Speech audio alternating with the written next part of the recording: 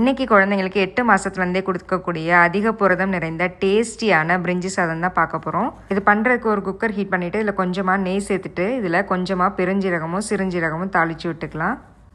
சீரகம் நல்லா பொரிஞ்சதுக்கப்புறம் இது கூட கொஞ்சமாக வெங்காயம், கொஞ்சமாக பொடி பொடியாக நறுக்கின கேரட்டு, கொஞ்சமாக தக்காளி, கொஞ்சம் மீல் மேக்கர் வெந்நீரில் ஊற வச்சுட்டு நல்லா புழிஞ்சிட்டு எடுத்துருக்கேன். அது இது கூட சேர்த்துக்கலாம். சேர்த்துட்டு இது கூட கொஞ்சமாக புதினா சேர்த்துக்கலாம்.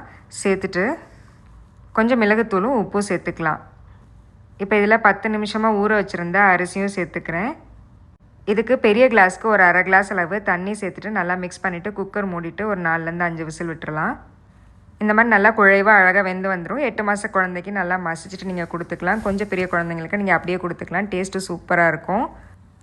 பெரிய குழந்தைங்களுக்கும் காரம் சேர்க்காமல் நீங்கள் இந்த மாதிரி செஞ்சு கொடுக்கலாம். டேஸ்ட் அட்டகாசமாக இருக்கும். ரொம்பவே விரும்பி சாப்பிடுவாங்க. குழந்தைங்களுக்கு இந்த மாதிரி நிறையா டேஸ்டியான ஹெல்த்தியான ரெசிபீஸ் பார்க்குறதுக்கு நம்ம சேனலை மறக்காமல் ஃபாலோ பண்ணிக்கோங்க. இன்றைக்கி குழந்தைங்களுக்கு ஹை ப்ரோட்டீன் அப்புறம் இரும்பு சத்து அதிகம் நிறைந்த ஒரு மதிய உணவு பார்க்கலாம். இது பண்ணுறதுக்கு ஒரு குக்கர் ஹீட் பண்ணிவிட்டு இதில் கொஞ்சமாக எண்ணெய் சேர்த்துட்டு இதில் சீரகம் தாளித்து விட்டுக்கலாம். சீரகம் நல்லா பொரிஞ்சதுக்கப்புறம் கொஞ்சமாக வெங்காயமும் கொஞ்சமாக தக்காளியும் சேர்த்துக்கலாம். இப்போ இது கூட ஒரு கப் அளவு பாலக்கீரை, ஒரு 2 டேபிள் ஸ்பூன் அளவு துருவின பன்னீர், ஒரு 10 நிமிஷத்துக்கு முன்னாடி கழுவி ஊற வச்சுருந்த அரிசி ஒரு 2 ஸ்பூன் அளவு சேர்த்துக்கலாம்.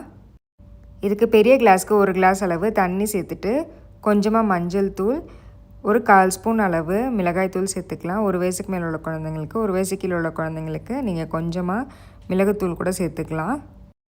இப்போ குக்கரை மூடி வச்சிட்டிங்கன்னா ஒரு 3-4 விசில்லே அழகாக குழைவாக வெந்து வந்துடும்.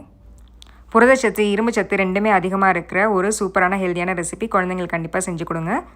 இந்த மாதிரி ஹெல்த்தியான ரெசிபீஸ்க்கு நம்ம சேனலை மறக்காமல் ஃபாலோ பண்ணிக்கோங்க. குழந்தைக்கு பாதி பவுல் சாப்பிட்டா கூட வயிறு நல்லா நிரம்பணும், நிம்மதியாக தூங்கணும் அப்படின்னா எல்லா சத்துக்களுமே உள்ள இந்த கிச்சடி ரெசிபியை கண்டிப்பாக செஞ்சு கொடுங்க. இது பண்ணுறதுக்கு 2 ஸ்பூன் அளவு தலியா இல்லைனா உடச்ச கோதுமை எடுத்துக்கோங்க. இது கூட 1 ஸ்பூன் அளவு பாசிப்பருப்பு எடுத்துருக்கேன். இதை நல்லா வாஷ் பண்ணிவிட்டு 15 நிமிஷத்துக்கு முன்னாடியே ஊற வச்சுக்கலாம். ஒரு குக்கர் ஹீட் பண்ணிவிட்டு இதில் கொஞ்சமாக நெய் சேர்த்துட்டு சீரகம் தாளிச்சிக்கலாம். சீரகம் நல்லா பொரிஞ்சதுக்கப்புறம் இது கூட கொஞ்சமாக வெங்காயம், கொஞ்சம் தக்காளி, கொஞ்சம் கேரட்டு, கொஞ்சம் பீன்ஸு, கொஞ்சம் உருளைக்கிழங்கு, கொஞ்சம் பட்டாணி சேர்த்துக்கலாம். காய்கறி எல்லாம் உங்கள் விருப்பம் தான். இப்போ இது கூட 1 ஸ்பூன் அளவு பன்னீர் சேர்த்துக்கிறேன். நைட் டைம் பன்னீர் வேணான்னா ஸ்கிப் பண்ணிக்கலாம். பன்னீர் சேர்த்துக்கும் போது குழந்தைங்களுக்கு நல்லா ப்ரோட்டீன் கிடைக்கும்.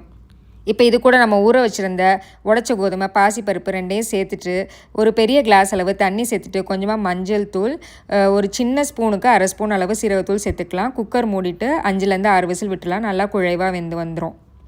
காயெல்லாம் நல்லா மசிச்சு விட்டுக்கலாம். உடச்ச கோதுமை நெருன்னு இருக்காது, சாப்பிட்றதுக்கு சாஃப்டாக தான் இருக்கும்.